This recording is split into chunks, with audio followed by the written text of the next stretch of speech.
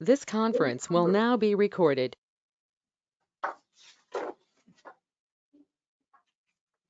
Good afternoon. It's Tuesday, February 21st, 2023. This is the regular February meeting of the Davenport Public Library Board of Trustees. We are meeting in meeting room C of the library main. My name is Steve Emming, President of the Board of Trustees, and I'd like to call the meeting to order. First item on the agenda is roll call and introduction of attendees. I'll call the roll. Malavika? Here. Amanda? Here. Laura? Present. Judy? Here. And myself, Steve Emming.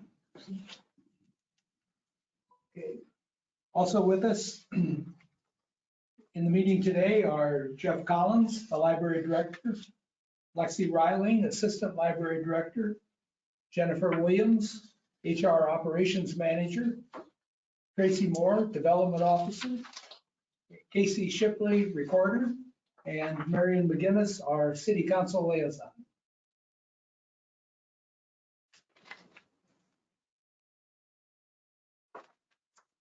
Next item on the agenda is the consent agenda. I have a motion to approve the consent agenda. It's so moved, Steve. A second. Thank you, Malavika. Thank you, Judy. I have a motion and a second to approve the consent agenda. Is there any discussion? Seeing none, I'll call for the vote to approve the consent agenda. Malavika? Yes. Amanda? Yes. Laura? Aye. Judy? Yes. And my own vote is yes, motion carries.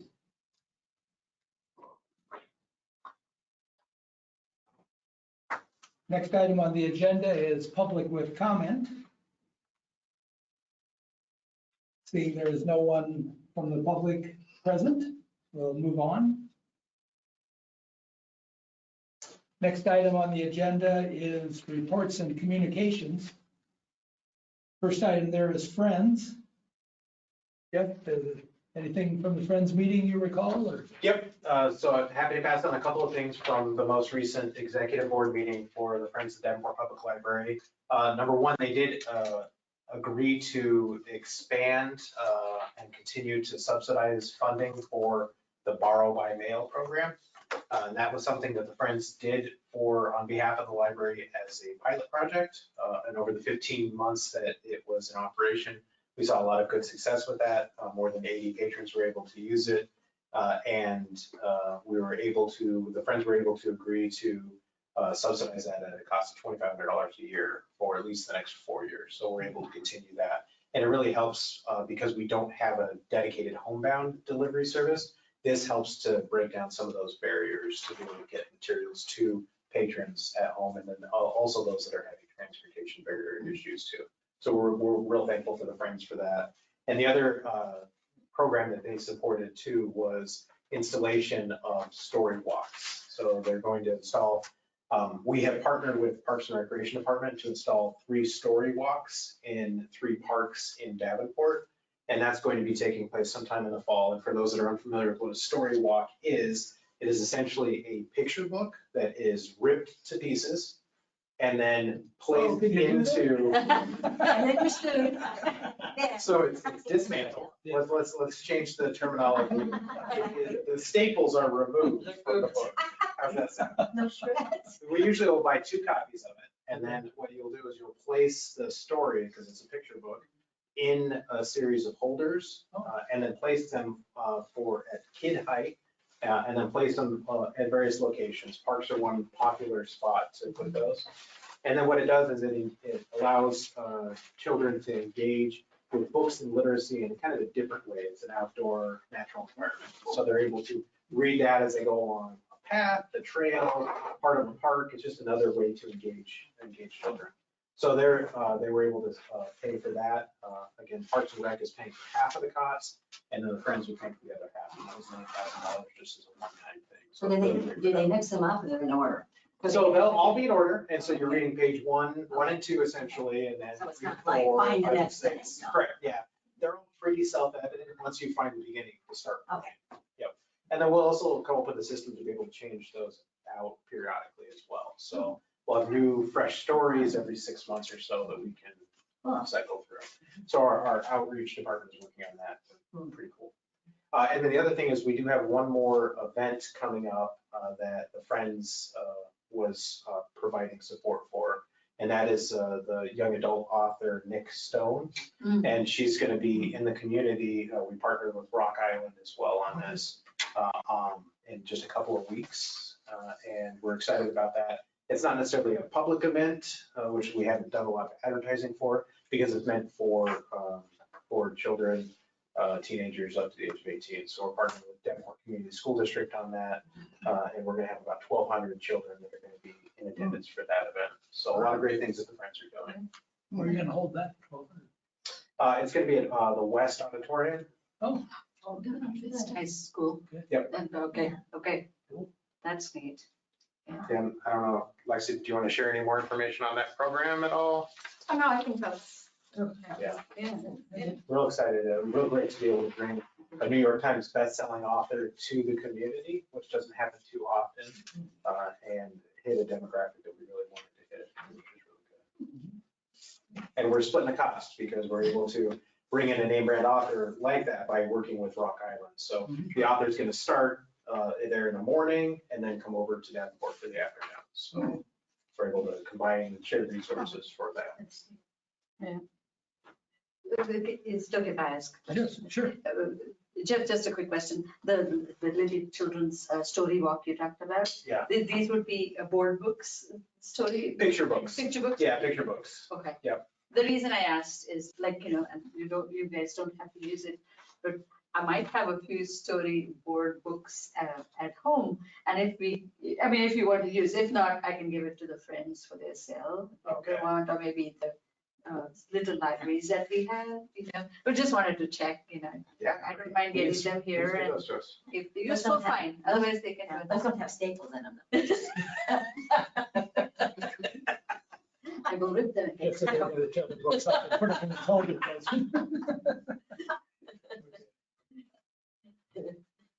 Thank you, Jim.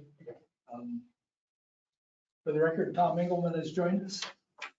Okay, let me see.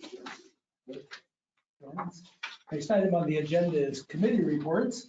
First item there is finance. Timing is everything. Yeah, when you look at the budget recap, we're 58% of the way through the year. And when you go down, various expenses, some are obviously timing issues. But if you look at the total levy, we're at 57%. If you look at the total city appropriation, we're at 58%. So we're hitting right at our budget numbers. And if you look at the levy balance, we're at 1.8 million. So I think it looks good. I think, if the legislature would just fix things the way they should fix things instead of playing, they just love to play with other people's tax money. That's what they always do.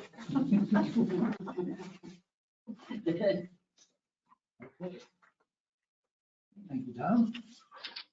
Next item under committee reports is personnel. Anything from personnel, Amanda? Nothing from us at this point. Okay, thank you. Malavika, advocacy. I have nothing to Okay. share except that tomorrow, February 22nd, is our DI meeting. So when I represent us, I will be there tomorrow evening. And just a big thank you to Bill for our reference librarian, and for all the lovely arrangements he made for the program with Mary. For the cooking program we had at Easton, and it was just marvelous the way Bill helped with everything. And, we had around 16 people or so that afternoon, and I enjoyed myself thoroughly too. So thank you to Bill and Leslie for all the help. We enjoyed ourselves too. Very interesting.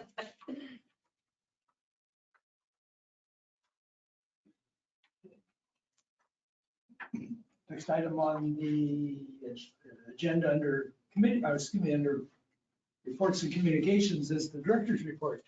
Anything to add or amplify? Just a couple of quick things. Number one, it's been 1 year now, so thank you for that. And thank you very much for the kind letters and notes that I received as well. I'm very appreciative. And again, just thank you to the amazing staff that we have for making this year really successful. We're excited for a lot of upcoming years as well. We thank you too. Of course. Yes. Next meeting is going to be at Fairmount. So the next board meeting in March is going to be at Fairmount. I wanted to make sure that we shared that publicly so everybody was aware of that. And we had a lot of really great programs this month and last month. We had the Formalwear event, which went really well. We had over 130, 150 people that were there for that. So that was really great. And a lot of really wonderful things for Black History Month this month as well. So just a lot of great things the library is doing. And I'm happy to answer any questions you might have about the report. Oh, to the formal wear month that you shared, Jeff, we came out, it's nice that this was shared on social media channels. I remember Midway seeing that and getting her items out to give. I like that, it kind of pushes them to, do it. And so we've gone down to Easton to share, and we saw the many lovely dresses and outfits that they were there. And it was lovely to see how you guys were following it up on social media, sharing things. So it was good. Many young people saw it to give and come also to take. So thank you for that. I mentioned to Jeff, he had forwarded the big libraries in Iowa, those statistics. Yes. And I mentioned to him that, if we discuss that, it would obviously start maybe next month. But my observation to him was, if there were some statistics in there that he wanted to, emphasize to us, to kind of, bring that to everyone's attention, because, just looking at the big long pile of numbers, people's eyes glaze over. I know, I'm an accountant, I deal with that all the time. And so, I just, if there are particular statistics that you'd like to emphasize to us, or if anyone else sees anything in there, make sure we obviously discuss that, because, it's very easy to just kind of blow past stuff in a big table of numbers. Yeah. And relationships too between the different libraries and different sizes of large cities but nope, that was good. Okay, anything else on the director's report? Oh, speaking of Yes. programs, I did leave over on the table there a pile of some recent publicity materials that were created by our outreach department to publicize some of those programs and events. So if you'd like to take a look at those on your way out, they will be just on the table there. Great, thank you, Leslie. Okay. Next item on the agenda under reports and communications is council liaison. Marion, have anything to that? Just a little bit. I wanted to give you guys a heads up just on what's happening with budgeting for next year and basically and what could come in future years. It's kind of concerning, but basically, as you probably read, someone in the state government miscalculated the rollback for residential properties. Residential properties are by far the largest number, and they contribute the most to sort of the property tax revenue. And so they found out in November they had miscalculated, but they didn't tell anybody. So it's about 2% difference, which doesn't sound like much, but it is significant. Now they're very concerned. We have passed legislation to pass this on to homeowners, and it's great for homeowners. But the problem is that the budgeting is your director well knows, begins in August. Is that about when you started it? So, and it is a very arduous task, and people, I'm sure he works many hours, every staff works many hours doing this. And so we are already, in the process. We have to have it, typically approved by the end of March by state law. And so this is the fiscal budget for 2024, which starts July 1st. So there's a request, please, to please, give cities some grace this year because the process is ongoing. That was not given, wasn't granted, probably won't be. So our staff did go through and look at what is the financial impact on the city of Davenport's proposed budget. And we were told to keep continuing, with our budget process. So, I mean, there were like a couple of days where it was late. Do we stop? What happens, So in any case, so it's a $1.7 million impact on the city's budget for next year. That is directly, it's gone. Basically, if we're, if everything, all of our calculations pan out, our calculations, like everybody in the state, was based on what we were told, the city was told was the number. And so, the good news is that because we have budgeted pretty conservatively for a number of years, and we budget like we're not going to get the rollback, it's going to be gone, and other things, the backfill to the rollback for commercial, I know I'm getting out for multifamily, rather getting into the weeds here, but in any case, we should be fine, but we're not going to be fine in years going forward. And of course, the rollback could change, and that would change the number. But there are other things, very troubling things, in Des Moines. One is there was one proposal to go back to the 1978 levy rate with some additions, which is insane. And yes, when there were some towns that didn't exist, that'd be interesting to see what happened. The ones that are now, there was, let's see, another proposal was and this one's serious, is to roll back commercial now from 90% to 80%, which, and all of this goes to what our property taxes, how much property tax flow into our, the city and others coffer. It not just impacts the city. The largest percentage of our property taxes go to our public schools. Then a pretty good chunk goes to the county. So I think it's about 26% or 23 or 26. I can't remember the number. I'm looking at the thing graph in my mind. But anyway, that's what actually comes into the city from property taxes that you pay. So I'm not trying to be gloomy, but this is not a good, none of these things are helpful to cities particularly. Now they're talking about traffic cameras again. Well, in Davenport, the money from traffic cameras that we're very conservative about, we've always been very conservative with where we allow them to be put because we don't want to get, kicked in the butt on this. But it funds 7 police officers.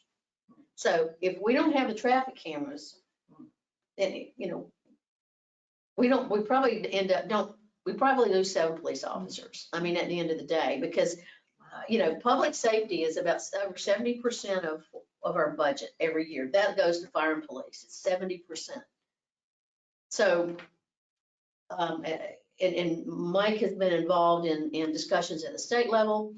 And he was in a meeting where one small town administrator said to the legislator who was opposing all of this, well, you talk about not defunding police, you're defunding police when you do this. And so there's one town in western Iowa that had a $7 million deficit in their upcoming year's budget, and now they're going to have a bigger one. So it is a particular, it's going to hit every city, but I think for urban areas, of which there are very few in Iowa, it's really impacts. And these people don't like cities, I think. It's my opinion, but they're hateful towards cities and they don't understand the challenges and the needs. And so, but I think it will also hurt, it's going to hurt small towns as well, for sure, who have even less resource. So that's the kind of the news, and it's not good, and it's not over. So we'll be fine next year, but based on the budget that we're, based on where we are and that we've been very conservative, but we don't know really what's going to happen. Now, we're not until, the plan now is to move on with the plans for next year. I can see already at council, people saying, well, should we not do this? Should we not do that? The Fairmont came up because it's over budget, should we not do this? So people are starting to add, and nobody said, yeah, we shouldn't do that. So, but those questions will start to be being asked for sure.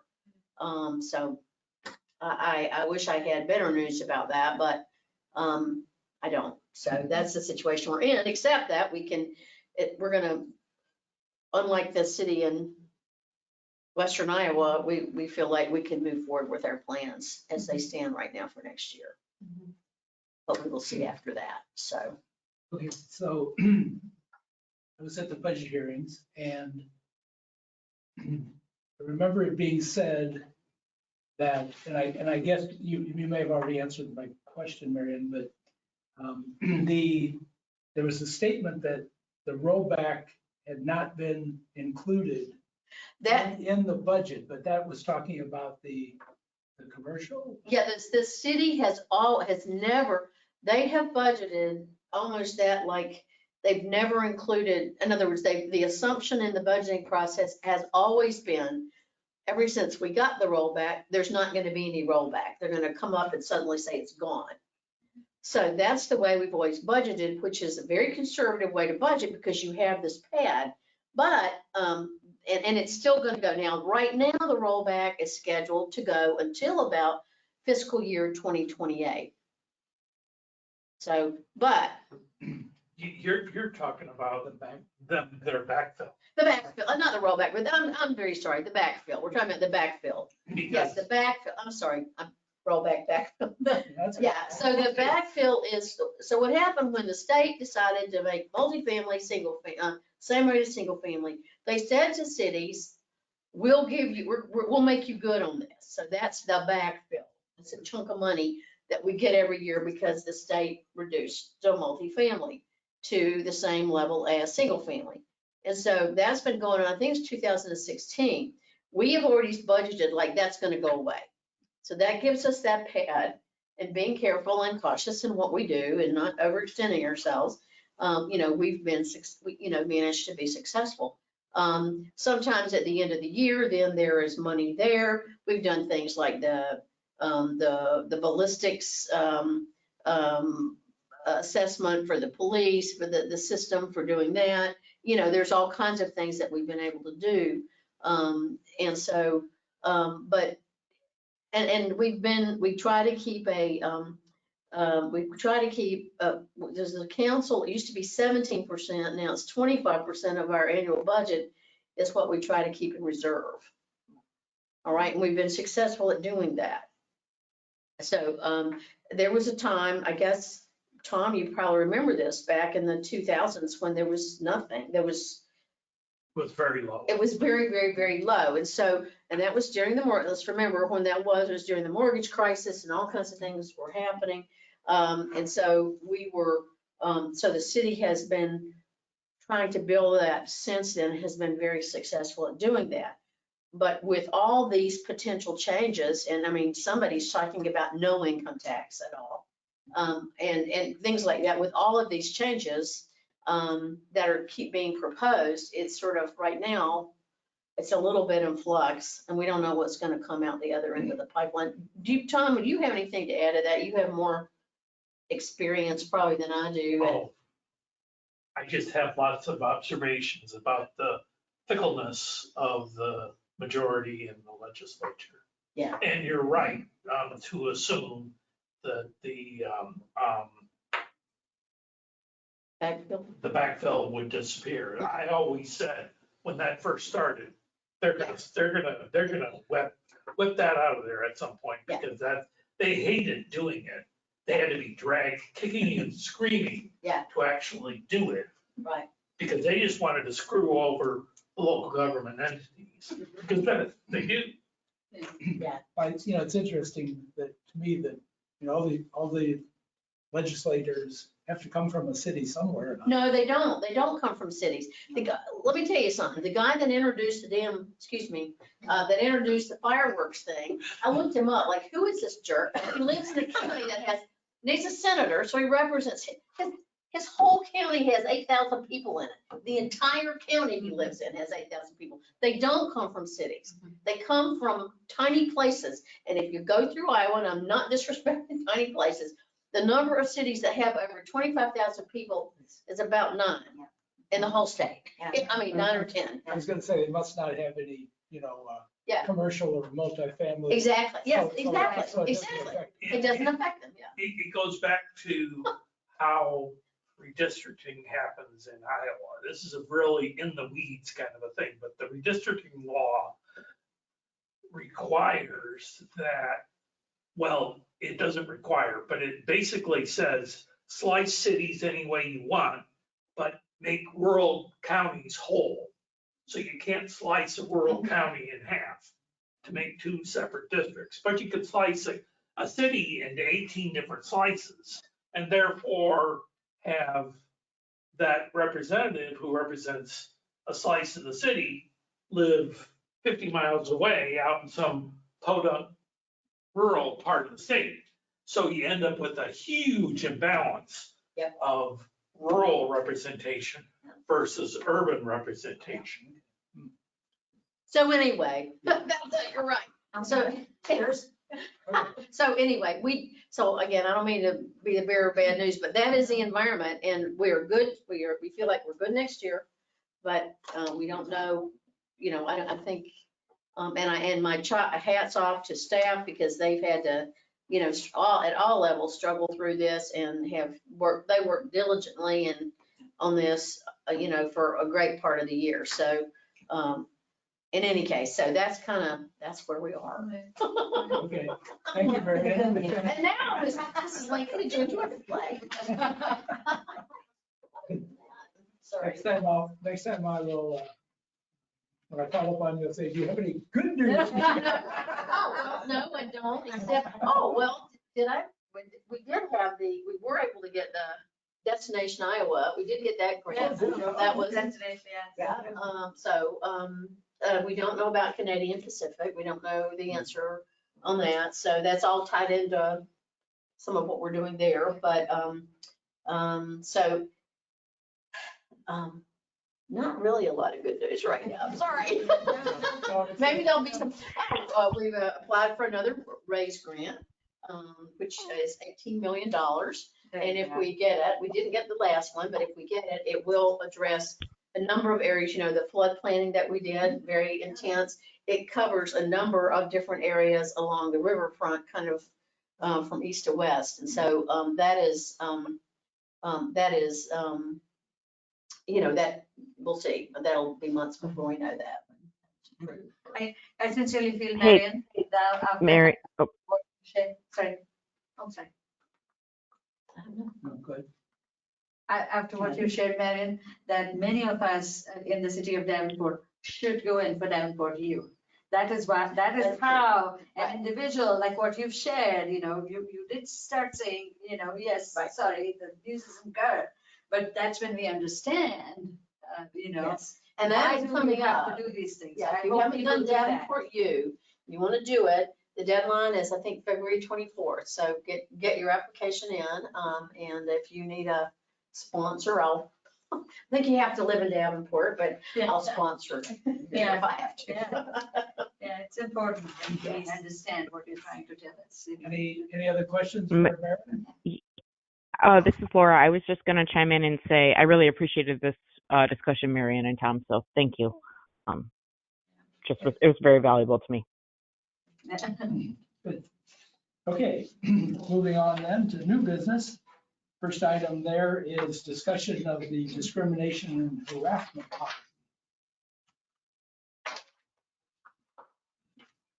So the non-discrimination and harassment policy, its purpose is to prevent discrimination or harassment.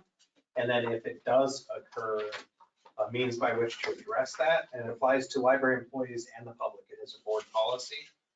The policy was established in 1991 and has been revised 5 times, most recently right before COVID. So it's due for us to review it. The policy has been reviewed by administration and also by the leadership team. DEI team is going to be taking a look at it tomorrow, I believe. There are a few suggested changes that are listed here. Number 1 is just tweaking the title a bit to either discrimination and harassment policy or non-discrimination and anti-harassment policy, whatever the board thinks would make more sense. But that would be more accurate. My recommendation would be just simplifying it to discrimination and harassment policy. We define what discrimination is. We expand the EEO section to include changes to federal law to clarify protected classes. And that includes pregnancy, gender identity, genetic information. Standard operating procedure to this point has been to provide reasonable accommodations to job applicants and employees, but that was not listed in the policy, so that's now in the policy. Pronouns for he, she were replaced with they to be more inclusive. We removed a couple of unnecessary job titles from the library administration section, and then just some minor tweaks to language throughout. So this is just a discussion only for first consideration for the board. And the red line version lists those changes or tries to highlight them. Any discussion on the proposed changes to the discrimination and harassment policy?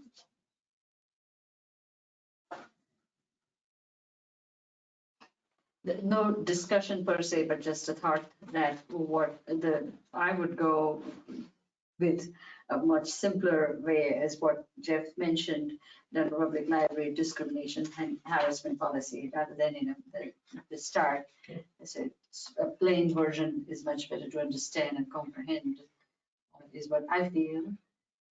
And just out of curiosity, Jeff, the first paragraph, and again, it's just out of curiosity and just to know, like the red, the strike through where it says discriminate from public library through its board of trustees. We're not going to use that line, right? Yeah, that would be proposed to remove that part of the sentence. We could keep that in. This is more in line with the way most of the other policies are. Okay, got it. Okay, Oh, that's fine. that's fine, yeah. Yeah, it just seems a little bit wordy and it's more in line with what we're doing with the other policies. Right. Hey, this is Laura. I have a question. Yes, Are we voting on this today or still just discussing? this is just discussion.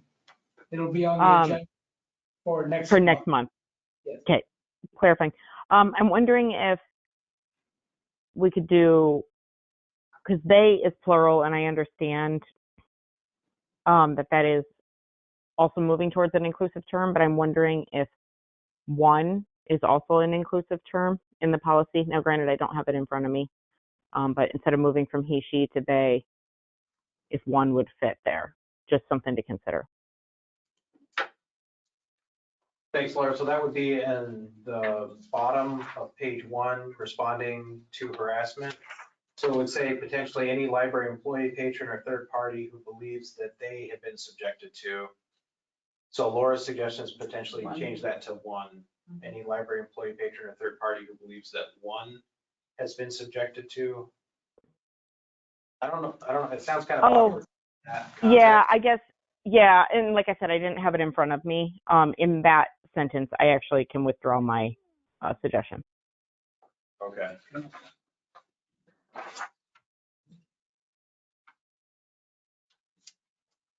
Thank you for offering that, though. That's how we find the right words. Okay, if there is no other discussion, we will carry this forward to next month's agenda for approval. I guess with the understanding that we may have there may be some other proposed changes based on, you said it's going to the DEI committee. Okay.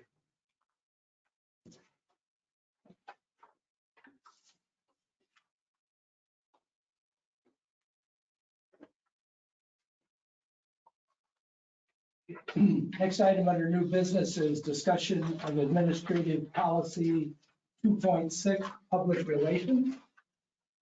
Yep. What's the preface on that? So the next two policies for discussion today are administrative policies, which apply primarily to library employees. Administrative policy 2.6 addresses public relations, and the current policy does not allow for library employees to respond to an unscheduled media request for an interview during a program or event. And this updated policy would allow for that option, provided that the employee follows the library's media interview guidance. So this is recommended action to review the proposed changes and discuss only at this meeting. So what this is essentially the red portion, that very last paragraph that just has two sentences. And what this does is this currently policy, it's against policy for a member of the news media to come in and ask for an interview, such as like the Formalwear event. And then library staff cannot do that without going through the following other steps. And what we're trying to do is make that so that they can do an on-the-spot interview, provided they've received the appropriate training first. So kind of fixing a loophole. Yeah, they don't know if they should or shouldn't, so. Well, like Party in the Park, I mean, they might want to interview the library man there, and you lose the opportunity of promoting yourself if you Exactly. didn't let them talk. Sorry, I can't talk. Right.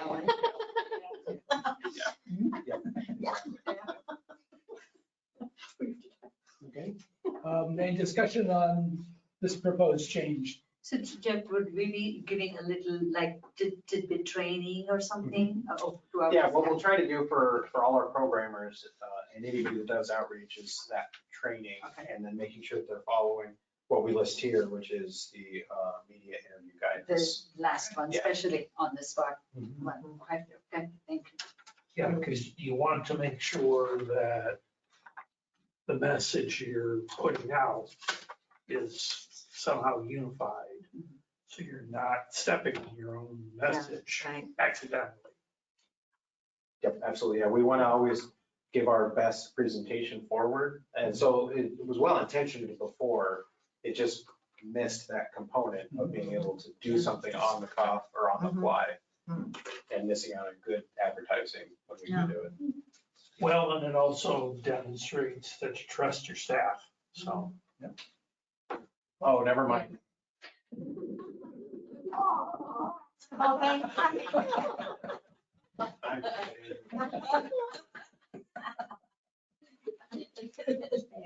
I'm kidding. Laura, Amanda, any comments, discussion on the proposed changes here? Well, I left it Jeff's joke too, but I was on mute. And I think it sounds great. I'm happy that we're still having some basic level of media training before the staff goes to the media, but I think enabling them to respond in real time without prior approval is great. So that's my thoughts. Thanks. Okay. Yes, my only point, I think we're just missing a comma after designee, but otherwise all makes sense to me and looks good. Okay, thank you. Yep. Moving on, next item under new business is a motion to approve changes to administrative policy 1.2, hours of work and scheduling. May I have such a motion? So moved. Okay. So we have a motion to approve changes to administrative policy 1.2, hours of work and scheduling. Is there any discussion? I just would say upfront that this is the first time this has come before us, but it's only changing a date in the policy, a month actually. And here it is, right here. Okay. Thank you. Yeah, so it's changing May to March. So I guess I didn't think at the time that, there'd be much discussion on that. So that is why it's coming to us right now for approval. Any further discussion on this? Any questions about what it's about or anything? So this is one that's in force now? Yes. Yes. Yes, Okay. just correcting the month. Okay. Yeah, it's not, yeah, it actually is a correction, not not changing it. Yeah. It is changing it, but it's not moving the data. Right. So, okay. Laura, Amanda, do you have any comments on this? Discussion? Nope. And this is in sync with the AFSCME contract? Correct. Okay. Yeah, that's what we've currently been doing to this point. Laura, were you going to say something? I just said none, no comments. Okay. Thank you. Okay. So if there's no further discussion, I'll call for the vote on the motion to approve changes to Administrative Policy 1.2, hours of work and scheduling. Amanda, Yes. Laura? Aye. Judy? Yes. Tom? Yes. Malavika? Yes. And my own vote is yes. Motion carries. Well, that brings us down to very close to the end of our agenda. Just have a couple of comments. And regarding one of them, I walked off and left it laying on my printer at home. No, that's fine. Anyway, next Tuesday, the 28th, is when the board webinar series from the State Library of Iowa is coming up again, and it has to do with policies. And these are, policies that they feel are often overlooked or forgotten about. And so that is going to be from 6 to 7:30. And I have reserved this room for that purpose. And if I will send out a reminder, but anyway, The date, again, is it 28? the 28th, yes. Tuesday, 6 to 7:30. Yeah, okay. And anyway, so I've done that. Hope to see some or all of you.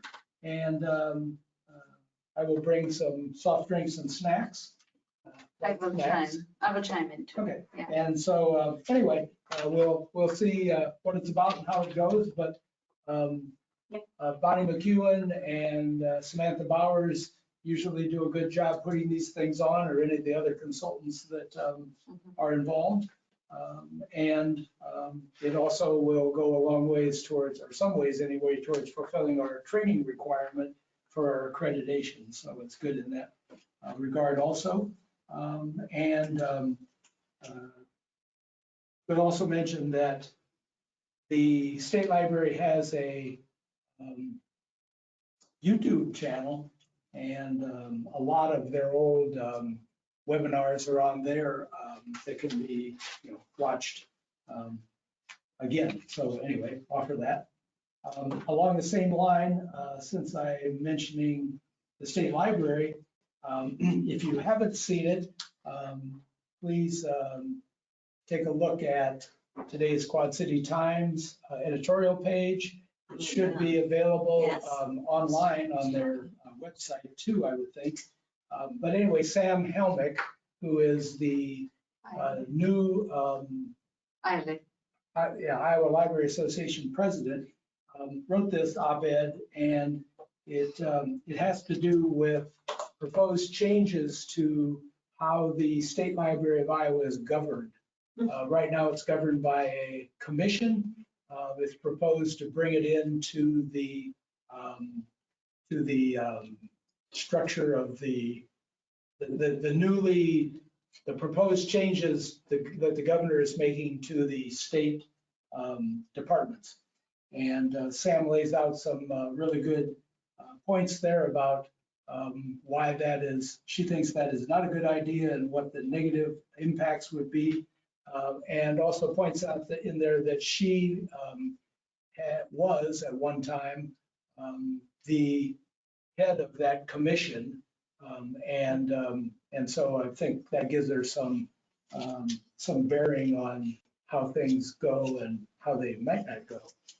So anyway, appreciate you looking that up. And also We have had opportunities, you may have received emails, hopefully you have, from the Iowa Library Association lobbyists about alerts, things that that are being considered in the legislature, and asking for library-related folks to contact their senators and representatives and weigh in on whatever the issue is. So appreciate your help on that also. And finally, there's an item that came up when we were discussing the strategic plan that involves the Board of Trustees. And we need to get that taken care of too, so that we're not dragging the whole thing down. I think that has to do with some training also. So I'll talk with Jeff about that and find out what we need to do. But it has to do with us and involving our individual networks in the process of getting information out, about what's going on in the library and marketing type information. So we'll be looking to get some work done on that. That actually was supposed to have been done before the end of last year. So we're in arrears. Okay, I think that's all I have. All I have written down anyway, so we'll stop there. I wanted to share something, Steve, if Okay. you don't mind. Yes. We are working with the Figure Art Museum on the current exhibit, the sporting fashion. Okay. And if you have not had a chance to see, go see it. It's beautiful.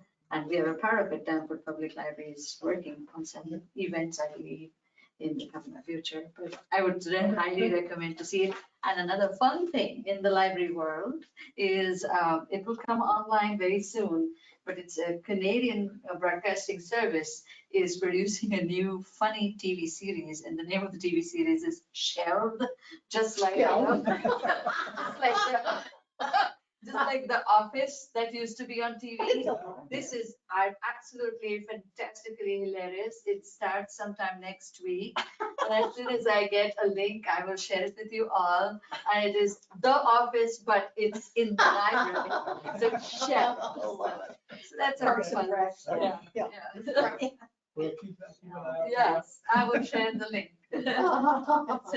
Okay, so with that, next item on the agenda is adjourn. So may I have a motion to adjourn? So moved. Thank you, Tom. Second. Okay, thank you, Malavika. Have a motion and a second to adjourn. All in favor, please signify by saying aye. Yeah. Aye. Anyone opposed? Okay, we are adjourned. Thank you very much everyone, for your time. Thank you.